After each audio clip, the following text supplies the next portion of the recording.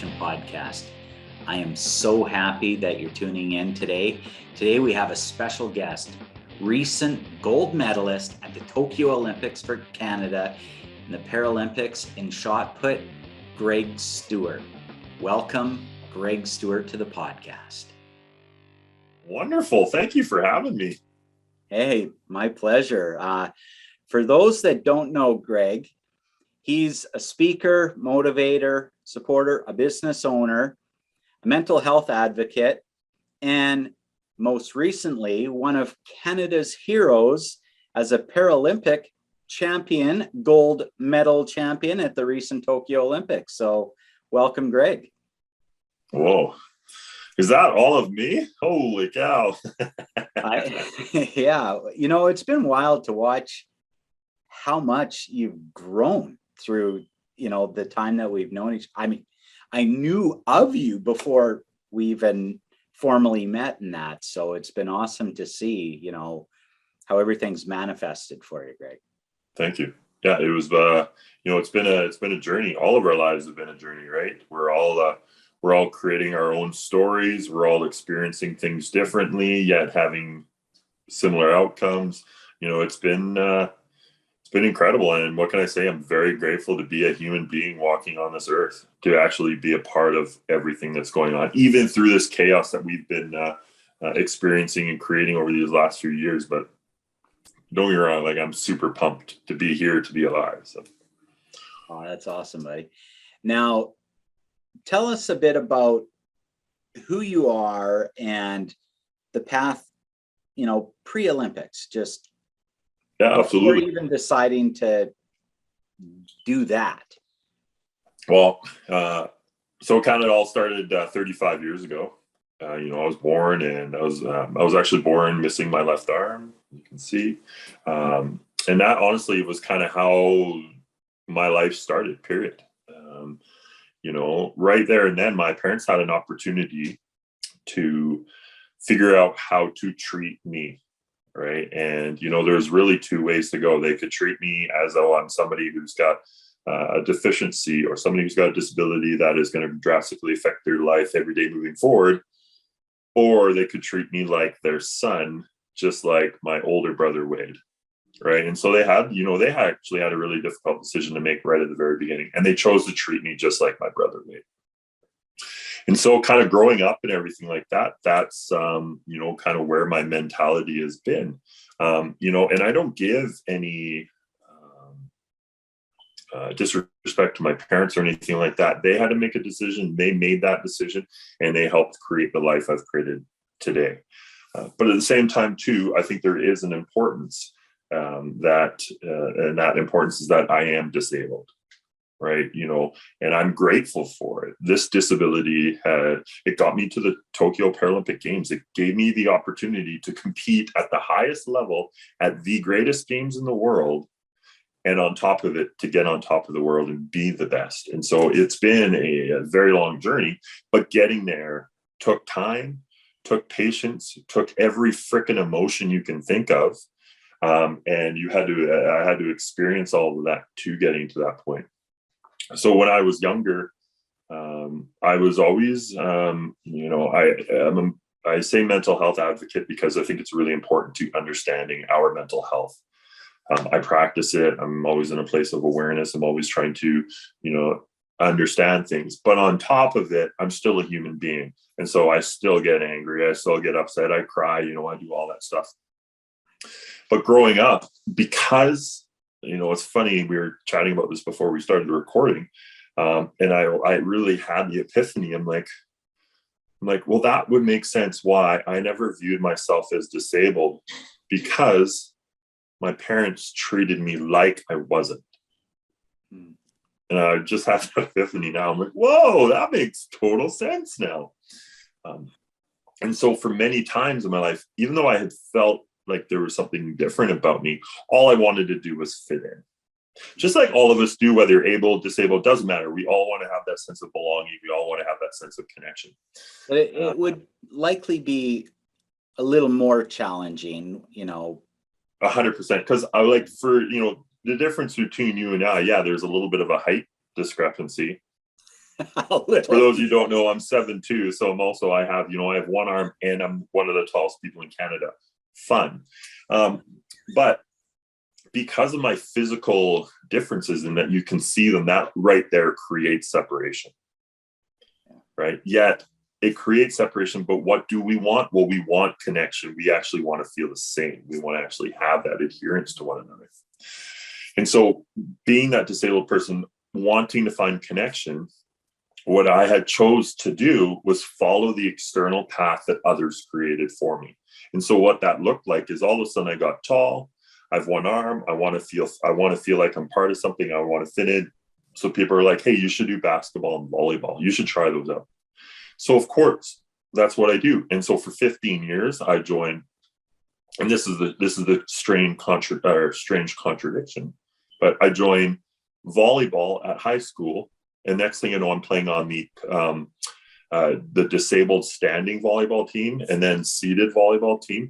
But I'm contradicting myself in these scenarios because I'm viewing myself as an abled person playing a disabled sport. But on top of that too, I'm also playing high school basketball and then into able-bodied university basketball, where I'm excelling and everything like that. But at a subconscious level, I'm still trying I'm not connected to this. People are telling me, hey, do this, do that. You're going to be good at it. There's no question I was great at what I did. And that allowed me to reach all these pinnacle parts in sport. But I was subconsciously struggling because I never felt that connection to what actually it was I wanted to be doing. Right. And instead, if memory serves, you were a CIS awarded athlete in the able-bodied league with CIS athletes. Yeah. So my last 2 years of basketball, I was Canada West Defensive Player of the Year. And my last year, I was CIS U Sport Defensive Player of the Year. So the top defensive player in the country as an able-bodied athlete playing with a prosthetic limb. Right. And so I was constantly challenged there. So I'm going to say a good solid 15 years of being in sport, I never actually felt fulfilled in the sports I was doing, even after winning all of these awards. Right. And so there was always something going on there, because the best way I could describe it was when I showed up to practice, I did my best and, excelled, but you would never catch me putting in extra work outside of it. So whether it was going to the gym or unless I was told or forced to, because I didn't have that passion. I didn't have that actual connection to it, because here I am trying to chase what other people are telling me is what I should do. And I'm not actually getting any self-fulfillment from it. So then what happens when I stop playing university basketball? Well, I have severe identity. Who am I?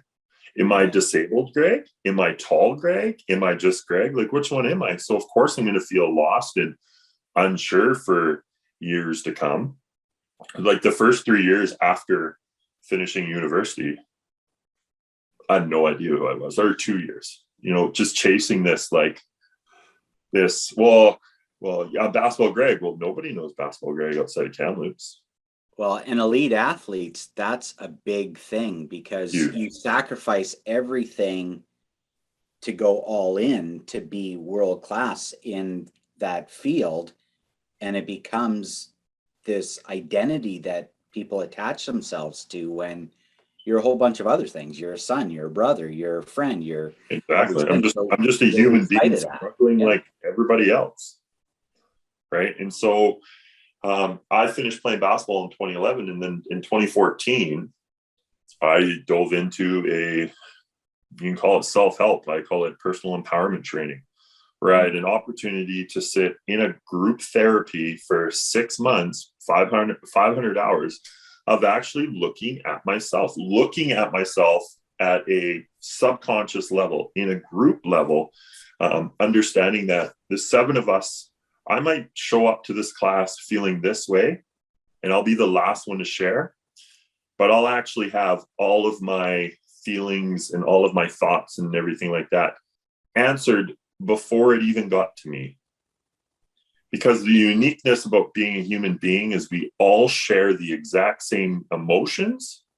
It's just our scenario or our stories are different. So whether I lost my dog, but a friend lost I lost a championship and a friend lost a dog. We both experienced grief. Yeah. The scenario is different. They have attachment to the dog. I have attachment to that competition. I feel bad about myself. They feel bad about themselves. But the scenarios are completely different, yet we're both experiencing grief. And so be able to share and have those opportunities to express ourselves and start to create an identity. I was able to kind of come out of this training and being like, I'm tall, disabled Greg. I was even able to dig deeper into, core values, family beliefs and whatnot, to identify why it is that I always react to this situation. Well, I'm reacting to it because this happened to me when I was, 8 years old. Well, I experienced it. I was able to actually unroot it, pull the layers off, see it for what it was, process it, experience it again, accept it, move forward, move through. Now, when I am presented with a similar situation, instead of being like, screw you, or I don't know what to do, it's like, hey, I see this, I experience it. I now have an opportunity to respond versus react. So I did that. And now I can sit here and be like, my name is Greg Stewart. I was born with one arm. I'm extremely grateful to have it. Really, my disability isn't my arm, it's my height, because I can't walk through a proper doorway.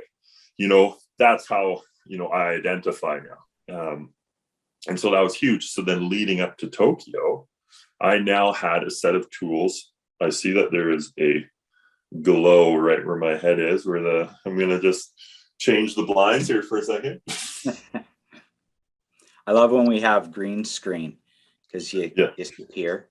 And for Yeah. a guy who's 7'2" and like a thrower, you don't have too many thin-bodied throwers in the world. Oh, no. Let alone 7'2". So to just disappear. Yeah. Well, it's funny. Green screen in the back, that's the Northern Lights the other day when we were on holidays after I returned from the games. So, but what I wanted to continue sharing is when I got into shot put, I was told by others, hey, you would be good at shot put or discus. But I'm like, well, where have I heard that story before? You'd be good at something, right? But now that I've been in a place where I can, identify and see myself for me, now I had the opportunity to choose. Being like, well, am I going to do this for them, or am I going to start doing this for me? And that's when with shot put, I actually started doing it for me. Who wants to train at 5 o'clock in the morning when it's -2 outside, the shot put's freezing cold, and you're throwing chalk on your neck and it's dark out, so you got to set lights up? Like, who does that? Well, people that enjoy what they're doing do that, right? Who shows up to work 20 minutes earlier regularly versus those who don't? Probably the ones that enjoy their work, or something around or within them is like, hey, I want to be early, right? And so and all of these little things that I'm pointing out is what I think creates high performance, is what I think creates excellence, what I think creates greatness, right? And that's great, because that was going to be the follow-up question, was what does it take to be a Paralympian and a world-class athlete? Because there's a difference between being athletic and being a competitor and being world-class. Like, there's levels, and you're literally an outlier, right? You're in that less than 1% club. Yeah, I think it's one word, and it's ownership. I think ownership is what creates success. I think ownership is what creates greatness. To actually own what you are experiencing, to own what you're actually going through, to own who you are, right? There's so many other words. Like, there's two really important words that I use other than ownership. Integrity is one of them, and consistency is the other. Personal integrity, right? When I think of the word integrity, I think of an umbrella. And pouring off that umbrella is responsibility, accountability, determination, courage, commitment, all of those things like that, right? And if you're not in balance, and I was sharing this earlier, is if you're not in balance with those, you're not in a place of integrity. But in order to get in balance with all of those, you have to take ownership of all of them. So I have to take ownership in the fact that, I said I was going to do something, but I didn't. I said I was going to show up to work at 8 o'clock and it's 8:15. I didn't take ownership. I didn't actually follow through on my words. I'm the reason why this is where this is. And this goes for anything, whether you're a high performance athlete, you know, a dishwasher at a kitchen, or an 11-year-old kid saying they're going to pick their toys up. Right. It doesn't matter who you are and what you do. We all share that.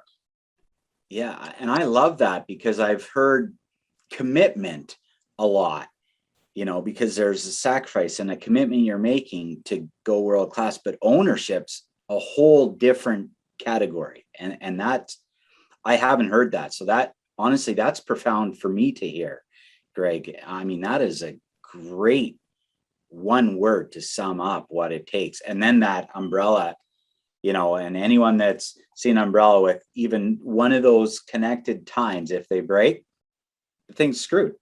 Mm-hmm. Doesn't work. 100%. And then my other one is consistency. So taking ownership of all of those things at a consistent basis.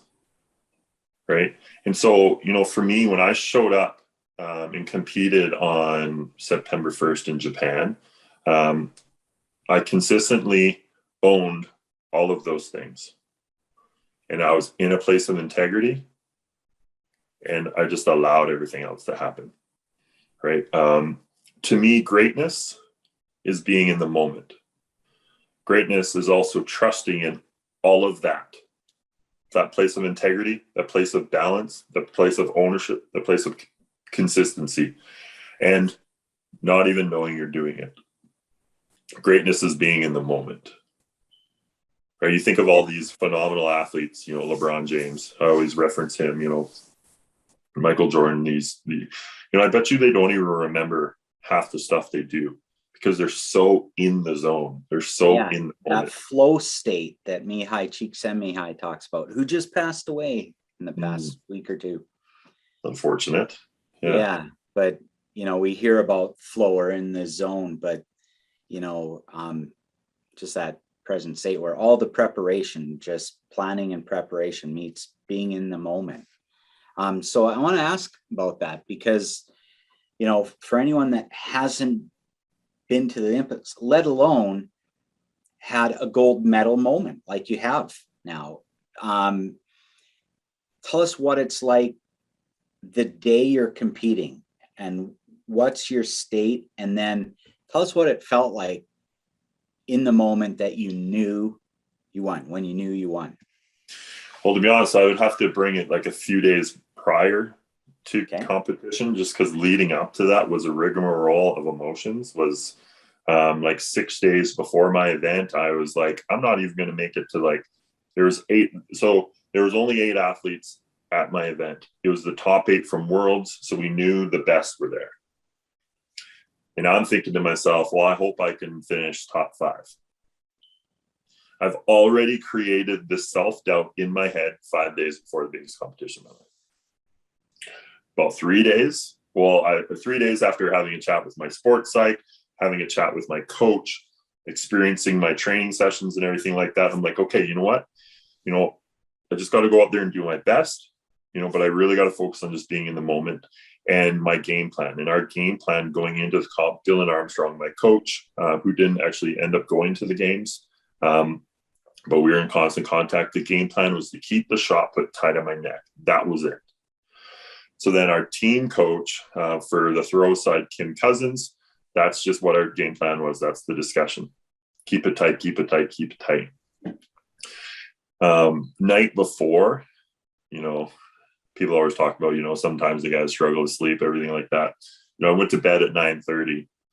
And I remember right around 10 o'clock being like, I'm not going to be able to fall asleep, and be like, oh, I'm going to be so tired. And then I fell asleep. Actually, I think I gave, whenever I'm struggling to sleep, and I just give this tool for anybody. I actually do what I call it 5 and 5, the girlfriend, and I call it 5 and 5. 5 things I'm grateful for, and 5 things I can acknowledge myself for. So things I'm grateful for could be like a roof over my head, hard work I put in, Acknowledge could be like, I'm scared to compete tomorrow, you know, just a little bit more on the deeper side, or acknowledge that I'm pumped to compete too. So I did all that. So then that morning, for comp. I was like, okay, like I'm in this moment. Here we go. Keep shot put tight on my neck. Let's go out there and have fun. And then I walk into the stadium and I'm like, this is me. I wanted to go to the Paralympics. That was my goal the entire time. Medaling was never an importance to me. It'd be cool to get it, but it was that the medal, and this is why maybe I downplay medal, is because the medal will never define me. I'm what define my actions are what define me. The medal doesn't. It's a reminder. Yeah. But I could get a medal and then next day be a completely different person. Right. So it's my actions, it's my places of integrity and ownership that define me.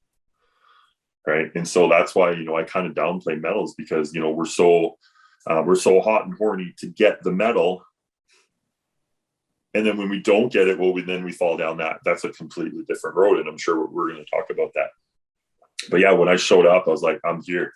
I made it. I'm top 8 in the world. Let's just go out there and have fun.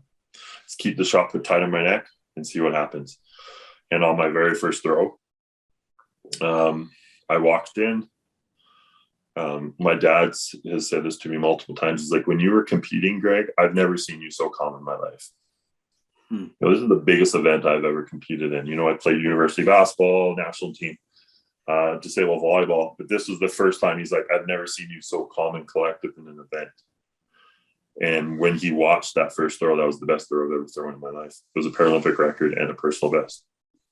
I threw a personal best by 45 centimeters. That's huge. Holy cow. That is huge. And so, yeah, and that first throw I don't remember throwing. And when we were talking earlier about greatness and being in the moment, that was my experience of greatness. Right, I got to experience for a split second. That was it. I got to experience being 100% in it, not having to worry about what happened prior to me, not about what the future is going to look like. I got to just be in this state of, I'm going to call it divine, in this state of just centeredness where you're just spiritual place. They talk about playing with your heart, soul, and strength. Well, all your training is strength. It's that physical, technical, and mindset. But in the zone, it's the other sets that heart set and soul set that have to show up, that differentiates probably those that, get that personal best and those that don't. Exactly. And, like I talked about the game plan going in, like some athletes don't have game plans. Right. But it's like on the mental side, I think it's important to have that. Right. And so when you ask me, like, when did I know that I won it? Well, I still struggle. I know I won it, but it hasn't really set in yet. It was a month. It was almost 2 months. It'll be 2 months on Monday. Right. Like I know I've won it. I have it, I have it right here. I was sitting next to me. Let's see the gold medal. There. And I know you have to show the front and back. I have the gold medal right here. There it is. Okay. And the back side, because it's always double side. Right. Very cool. So, I know I won. I know that. But it's identifying myself being that I won. And I have snippets here and there. The other day driving home from work, and I was crying in the car because I was like, wow, I am the best in the world. Like, I showed up for myself on this day. Yeah. Right. Well, and it gets you some attention and a platform that can open up doors.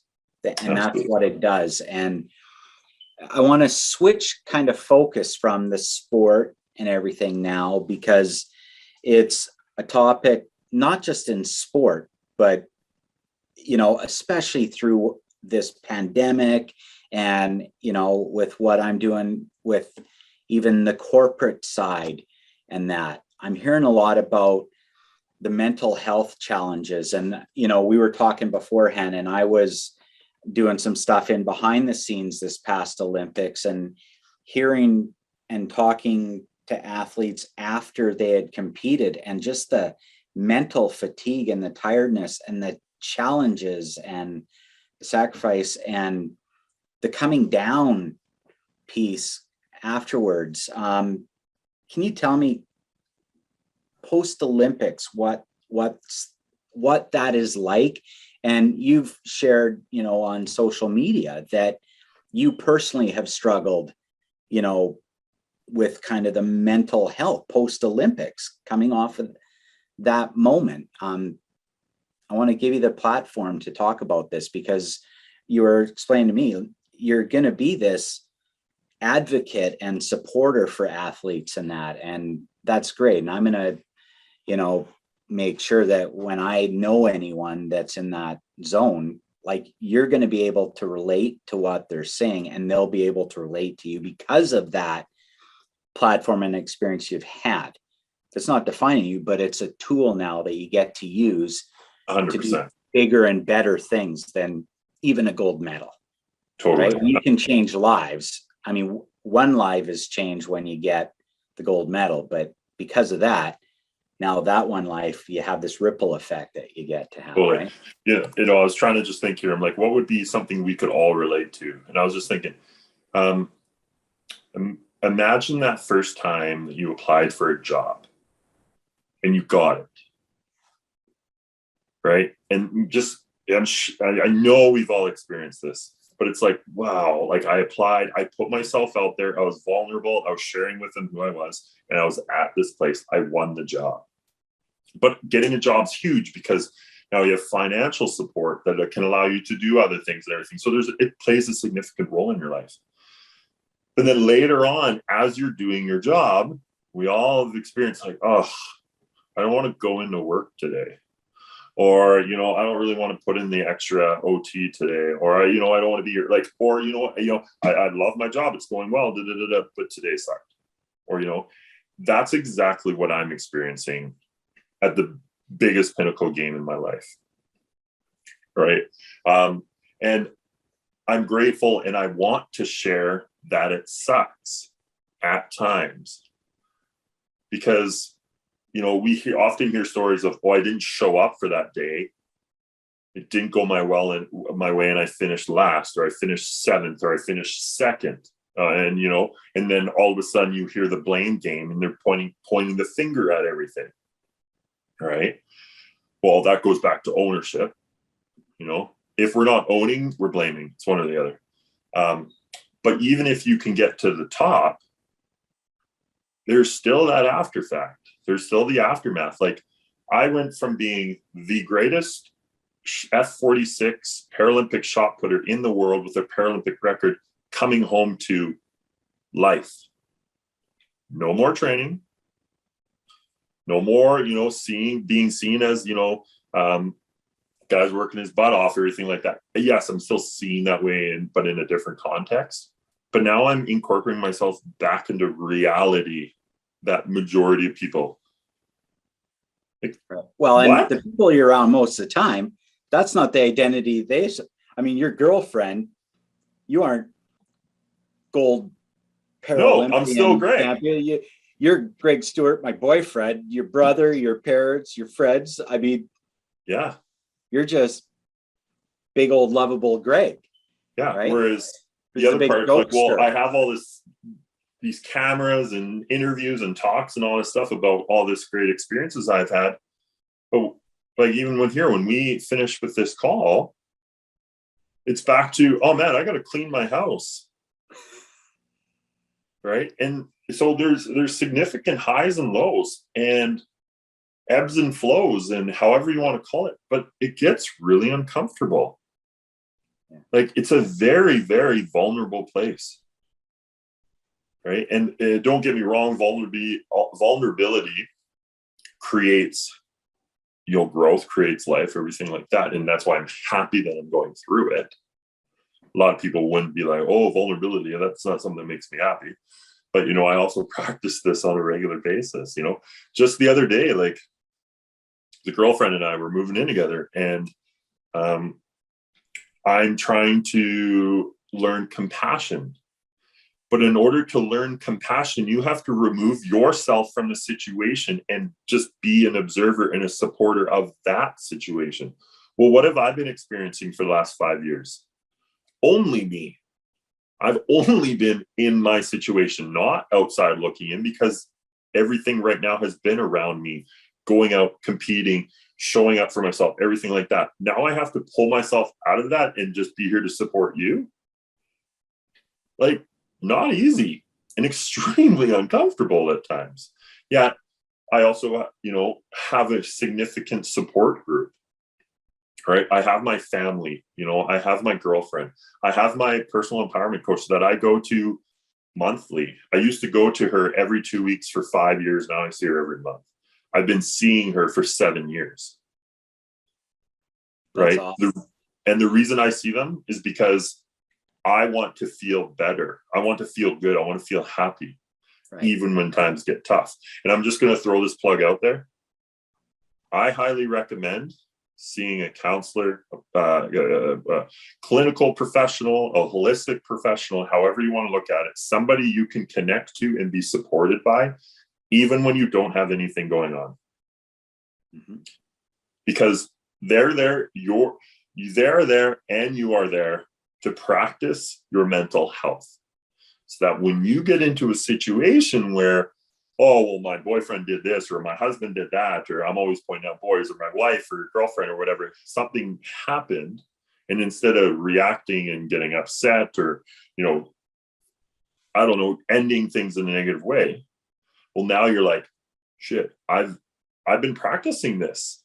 This kind of stuff, this actually relates to similar to a situation that happened when I was a child. And instead of being like, hey, blaming you, it's like, I'm taking ownership of, hey, I feel this way.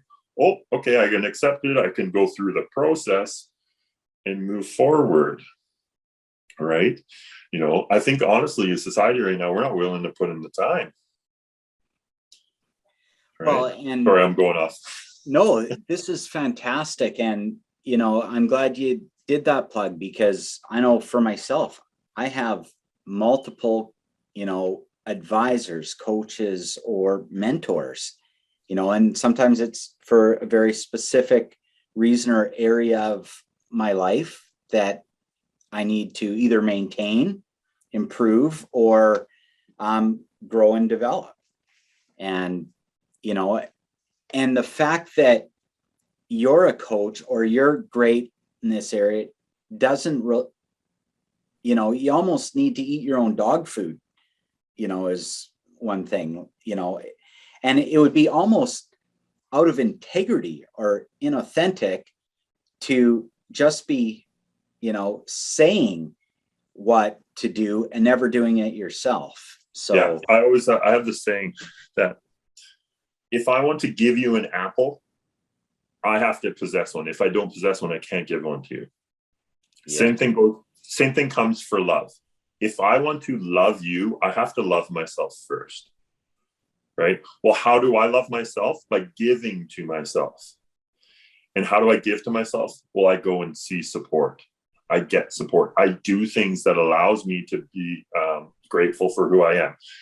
Again, and I always want to be the devil's advocate for this. I'm still a human being, and I don't always do that. Right? I sometimes will just sit here that's why I share my stories. That's why I want to make an impact on other people, is because you're not the only one, because anytime something bad happens to us, we always go into, it's only happening to me. That is like our natural instinct is I'm the only person experiencing this. But the reality is you are not the only one. I'm experiencing a completely different scenario, but I'm still experiencing the exact same emotion you're feeling too. Absolutely. Right? And I say that, none of us walk on water unless it's frozen. So get over yourself if you think that you're infallible, because we aren't. We're going to step in it. We're going to slip and fall. But it's creating a safe space. It's creating a place of trust so that we are willing to actually do that. Because honestly, one of the most difficult things is actually showing up. Yes. Right. If you want to be the best, showing up is very difficult. If you say, hey, I'm going to be the best shot putter in the world, in order to get there, you have to show up to practice. Because a lot of times when we're in practice, that's the easy part. But it's that I don't want to put in the work, or I don't want to do this, I don't want to do that. So showing up for work. I want to make 100K this year, but I don't want to work on weekends because, I got stuff I got to do. Or you know what, I want to make 100K, but I'm going to come in late. Yeah, that's not typically how it works. No. Unless you're Tinkerbell and you can wave a magic wand and or you win the lottery. So exactly. Well, that's not much of a plan. No. One thing I really admire about you, and I want to highlight as a strength, is your humility and that point of gratitude. And you use it as an exercise, but also what comes with that is your real strength. I mean, you obviously have strength in a lot of areas, both physically, mentally, and your heart, but it takes so much more courage and strength to be vulnerable and to have conversations that are uncomfortable, because that's where courage lies. And we know that courage precedes competence or accomplishment and confidence. You need to step out of our comfort zone. And it's something that, I've been inspired by you in that way, Greg, and I know others have. And I want to make sure that that's pointed out as, a lot of successful people. And, one of the biggest TED Talks was Brene Brown talking about the power of vulnerability. And you've, expressed it in how you're talking, both the humility and gratitude with the vulnerability, which is what gives you that strength needed to excel in whatever you do. And it's obvious that when you put your mind to something, you get it done, and not, half-ass way either. You do it at a elite level. Whatever you decide you're going after, you're going to do. So that's exciting. I hear that, but I also want to add that I might do it at an elite level, but sometimes it takes a long time to do it. Well, I know I push myself and recognize that and stuff like that. But like, my house is dirty right now. It's been dirty since I've been home. I've been home for 2 months, right? But I'm also like dealing with the whole struggle of like, I just don't feel like doing it. Right. And that's that post games blues that I feel, right? But I know that when I clean it, and it's just cluttered. It's like I'm literally staring at like 10 suitcases, and I got to go through them because I don't need all of these. Right. But it's like, it looks overwhelming looking at it. But at the same time too, I'm like, I know when I get it done, I'm going to feel better. Period. Right. But just sometimes it takes time, and don't beat yourself up if it takes 5 hours to get an assignment done, or it takes 4 days to get an assignment done. Be grateful that you got the assignment done.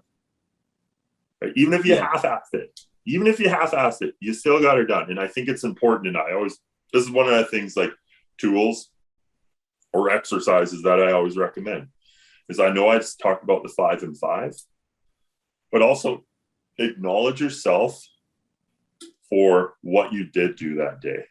Even if it was your worst practice, your worst day at work, anything like that, you can acknowledge the fact that you showed up and did it.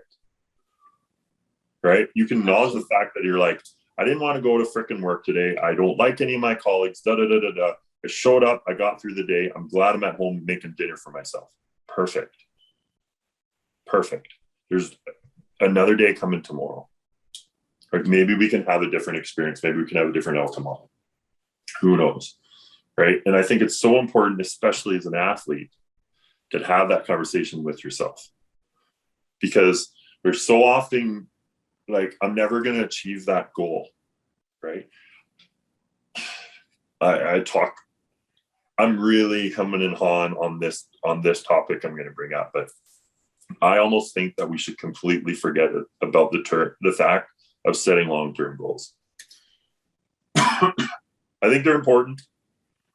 But I think that the problem we have with long-term goals is that it takes us away from the moment, and we're not actually allowed to see where we're going.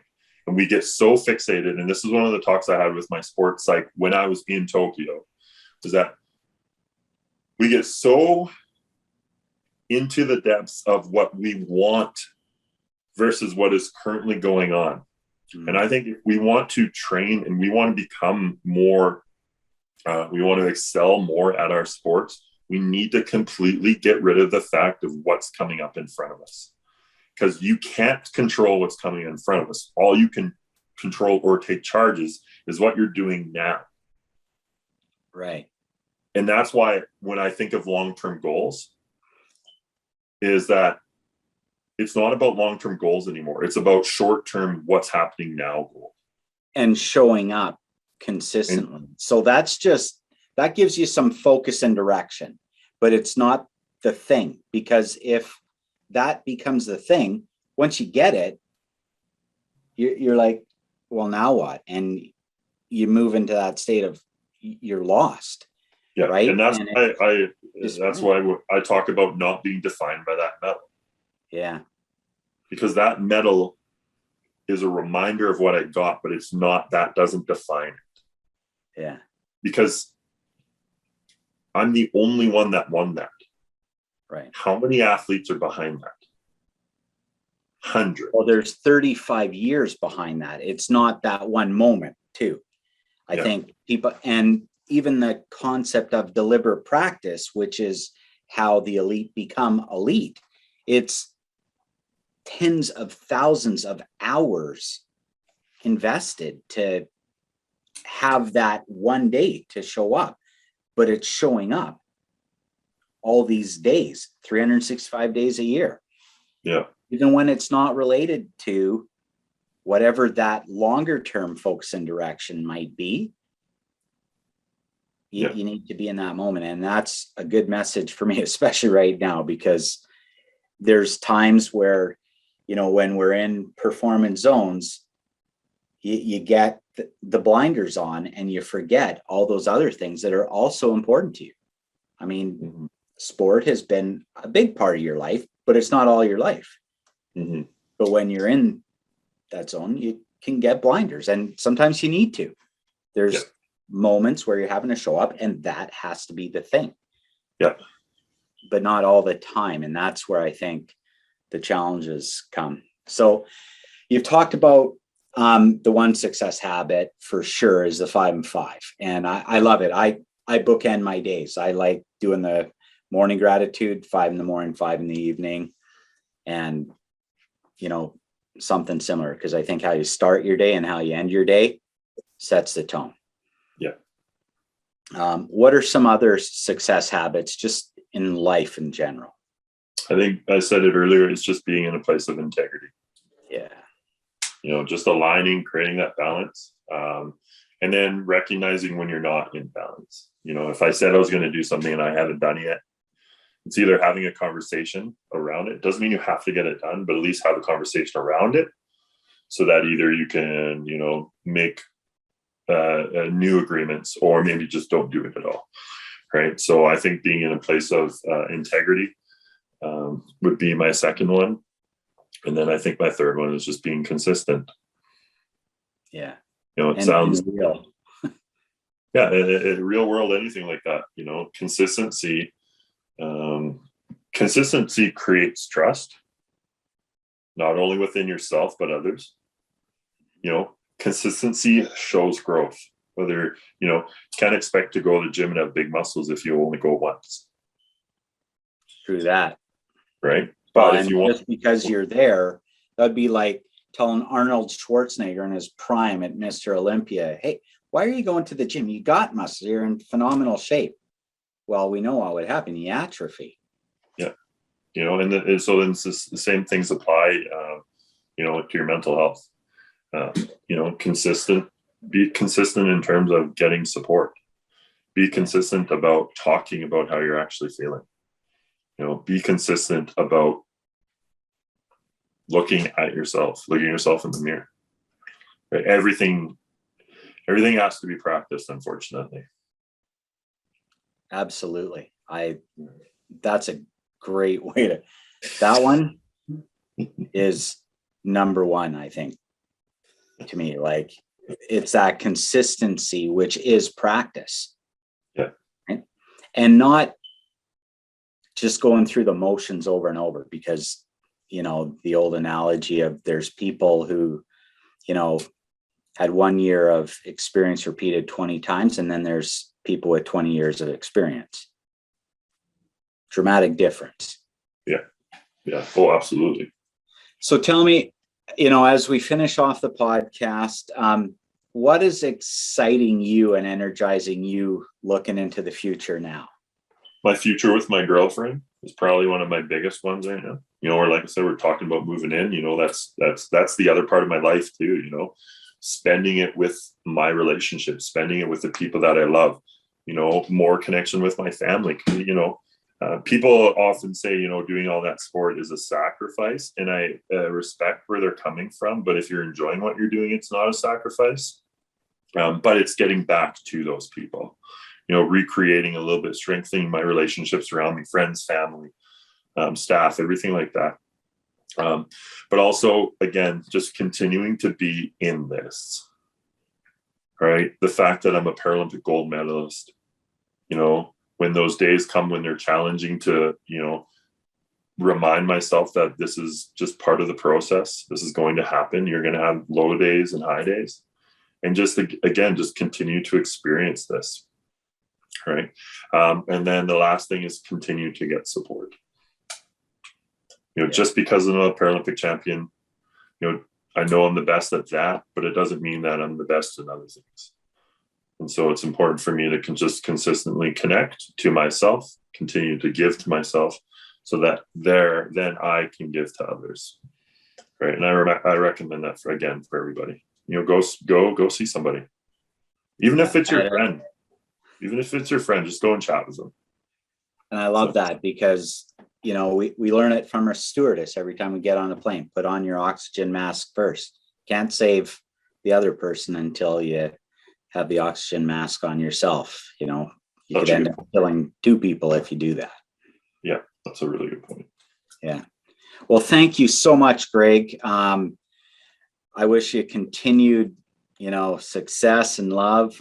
Looking forward to hearing, you know, wedding bells down the road and all of that stuff, but baby steps. Well played. Yeah. Well, no, Corey, I just want to say thank you for reaching out. You know, high performance, you know, being at a place of excellence, being at a place of your best.